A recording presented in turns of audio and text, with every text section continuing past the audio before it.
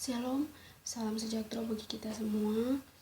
Puji Tuhan, patut dipanjatkan kehadirat Tuhan Yang Maha Esa karena atas kasih dan penyertaannya.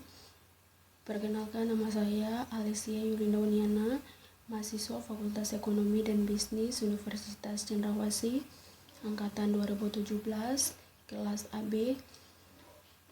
Di sini saya mau mempresentasikan hasil kerja saya. Tetapi sebelumnya saya mengucapkan banyak terima kasih kepada Bapak dosen pembimbing yang telah memberikan tugas ini sebagai pengganti ujian mid semester. Nah, jadi di dalam materi teori pengambilan keputusan ini, saya mendapatkan tugas di bab 6 dan bab 6 itu berjudul manajemen keputusan berisiko. Jadi di dalam bab ini membahas tentang beberapa hal, yakni yang pertama, pengertian risiko dan manajemen risiko, yang kedua, pengertian manajemen risiko keputusan, yang ketiga, manfaat dan tahap-tahap dalam melaksanakan manajemen risiko, yang keempat, systematic risk atau unsystematic risk, yang kelima, alternatif dalam menghindari risiko, yang keenam, keputusan komisaris perusahaan dalam menyelesaikan risiko. Oke, next, jadi kita akan masuk kepada poin yang pertama, yaitu definisi risiko dan manajemen risiko. Ada banyak definisi tentang risiko atau risk. Risiko dapat ditafsirkan sebagai bentuk ketidakpastian tentang suatu keadaan yang akan terjadi nantinya atau future dengan keputusan yang diambil berdasarkan berbagai pertimbangan pada saat ini. Ada beberapa pengertian definisi risiko menurut para ahli. Yang pertama, menurut Ricky W. Griffin dan Ronald J. Ebert, risiko adalah uncertainty about future events. Yang kedua, adapun Joel G. Siegel dan Jay Kazim mendefinisikan risiko pada 3 hal. Yang pertama adalah keadaan yang mengarah kepada sekumpulan hasil khusus. Jadi itu di mana hasilnya dapat diperoleh dengan kemungkinan yang telah diketahui oleh pengambilan keputusan. Yang kedua adalah variasi dalam keuntungan, penjualan, variabel keuangan, dan lainnya. Yang ketiga adalah kemungkinan dari sebuah masalah keuangan yang mempengaruhi kinerja operasi perusahaan atau posisi keuangan, seperti risiko ekonomi, ketidakpastian sosial, dan masalah industri.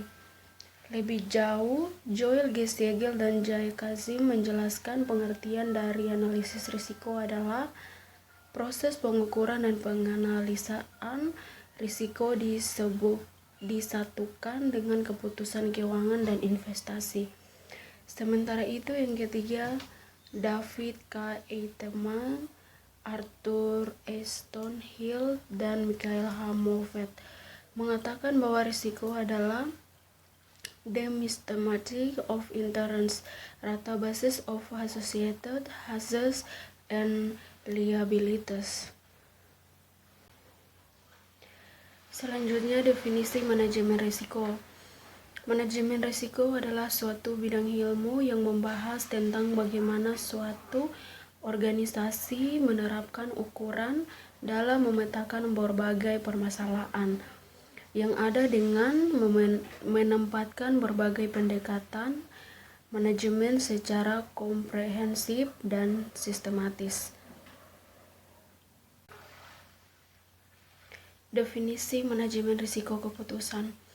Manajemen risiko keputusan adalah suatu ilmu yang menggabungkan antara konsep risiko dan keputusan untuk dilihat dan dimanaje agar mampu memberikan hasil sesuai dengan pengharapan para pengambilan keputusan.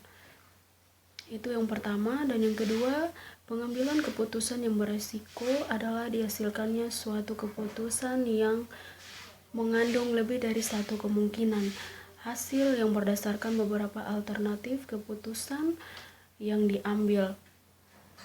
Dan karena dapat beberapa alternatif, maka otomatis Terdapat pula beberapa peluang atau probability yang sama besarnya. Jadi untuk mengatasi risiko yang timbul dalam suatu organisasi, baik yang bersifat profit maupun yang non-profit, adalah dengan menerapkan manajemen risiko. Tahap-tahap dalam melaksanakan manajemen risiko. Untuk mengimplementasikan manajemen risiko secara komprehensif, ada beberapa tahap yang harus dilaksanakan oleh suatu perusahaan, yaitu yang pertama, identifikasi risiko. Pada tahap ini pihak manajemen perusahaan melakukan tindakan berupa mengidentifikasikan setiap bentuk risiko yang dialami perusahaan, termasuk bentuk-bentuk risiko yang mungkin akan dialami oleh perusahaan. Yang kedua, mengidentifikasi bentuk-bentuk risiko.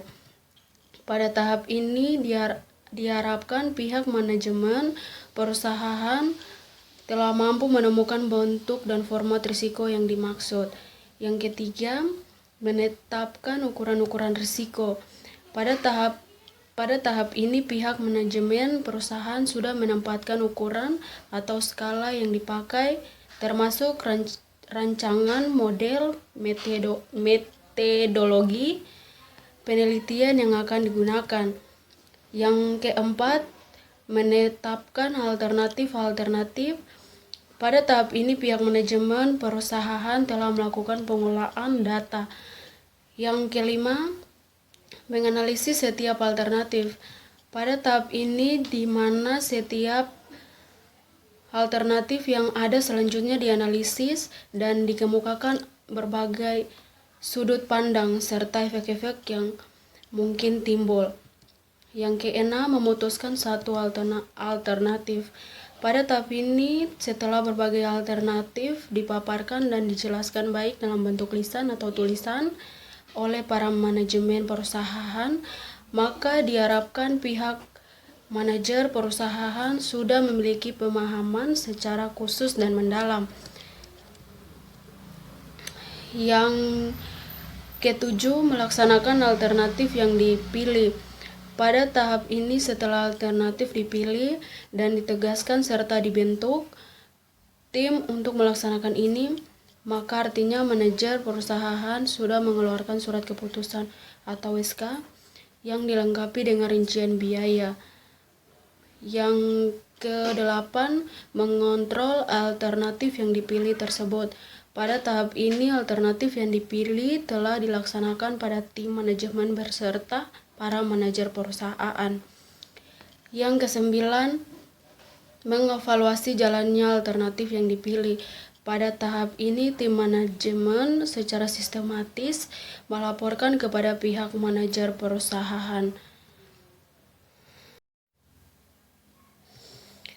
Selanjutnya kita masuk kepada slide berikut, yaitu systematic risk, unsystematic risk, dan total risk. Adapun pengertian systematic risk, unsystematic risk, dan total risk. Kita lihat yang pertama, systematic risk atau risiko sistematis adalah risiko yang tidak bisa diverifikasikan, atau dengan kata lain risiko yang sifatnya mempengaruhi secara menyeluruh. Contohnya krisis moneter pada tahun 1997, di mana sebagian besar perusahaan mengalami kebangkrutan dan meningkatkan angka pengangguran dan moral hazard. Yang kedua, unsystematic risk, risiko yang tidak sistematis, hanya membawa dampak pada perusahaan yang terkait saja. Unsystematic risk disebut juga dengan risiko spesifik atau risiko yang dapat diverifikasi. Contohnya seperti diverifikasi portofolio. Yang ketiga, total risk.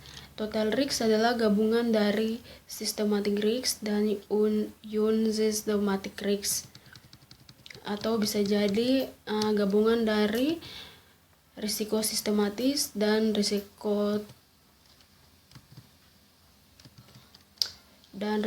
yang tidak sistematis, seperti begitu.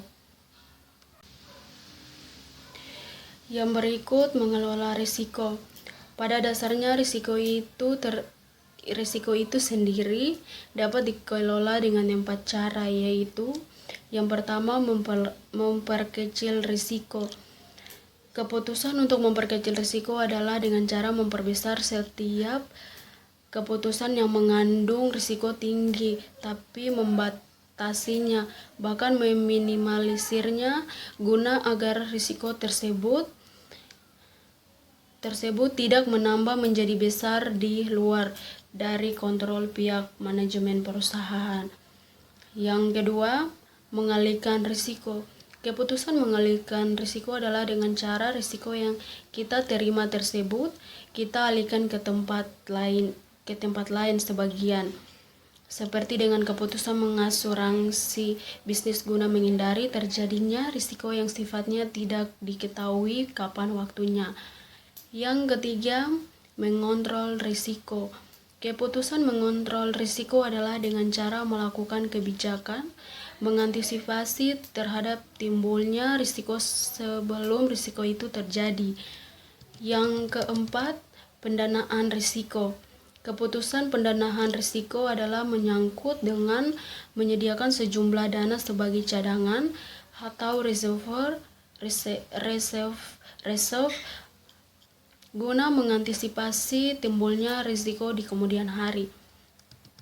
Yang berikut alternatif keputusan dalam menghindari risiko. Jadi untuk alternatif keputusan dalam menghindari risiko, alternatif keputusan yang diambil adalah yang dianggap realistis dan tidak akan menimbulkan masalahnya, seperti begitu. Selanjutnya, keputusan komisaris perusahaan dalam menyelesaikan risiko. Oke, jadi ini penjelasan mengenai struktur organisasi yang dari tadi. Jadi dalam struktur organisasi manajemen risiko untuk gambar atau bagian yang tadi, kita dapat melihat bahwa setiap bagian saling bekerja sama dan saling berhubungan satu dengan lainnya. Terus bagaimana keputusan menyelesaikan risiko? Jadi pemahaman di atas adalah kita mengerti bahwa cara menyelesaikan risiko dengan cara yang pertama, saling bekerja sama untuk memetakan risiko atau risk mapping. Yang kedua, saling bekerja sama untuk memberikan solusi dan memilih satu alternatif yang terbaik untuk dijadikan rekomendasi. Yang ketiga, saling bertanggung jawab untuk menyelesaikan risiko hingga selesai. Selanjutnya, tanggung jawab bersama Dewan Komisaris dan Direksi. Adapun bentuk tanggung jawab Dewan Komisaris dan Direksi dalam menjaga kelangsungan usaha perusahaan dalam jangka panjang tercermin pada yang pertama, terlaksananya dengan baik kontrol internal dan manajemen risiko. Yang kedua, tercapainya imbal hasil atau return yang optimal bagi pemegang saham. Yang ketiga, terlindungnya kepentingan pemangku kepentingan secara wajar. Yang keempat, terlaksananya suksesi kepemimpinan yang wajar demi kesinambungan manajemen di semua lini organisasi. Manajemen perusahaan dan manajemen risiko.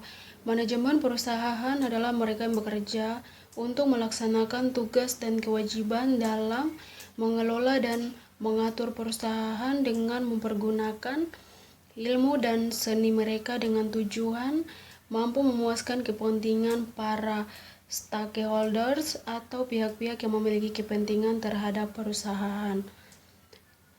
Untuk penjelasan tentang stakeholders, jadi stakeholders adalah individu dan kelompok-kelompok yang dapat mempengaruhi dan dipengaruhi oleh hasil-hasil strategis yang diperoleh yang memiliki klaim-klaim yang dapat dipaksakan ke kinerja suatu perusahaan. Sekian dan terima kasih presentasi saya. Jika ada yang kurang dan jika ada salah kata, saya mohon maaf. Tuhan Yesus memberkati.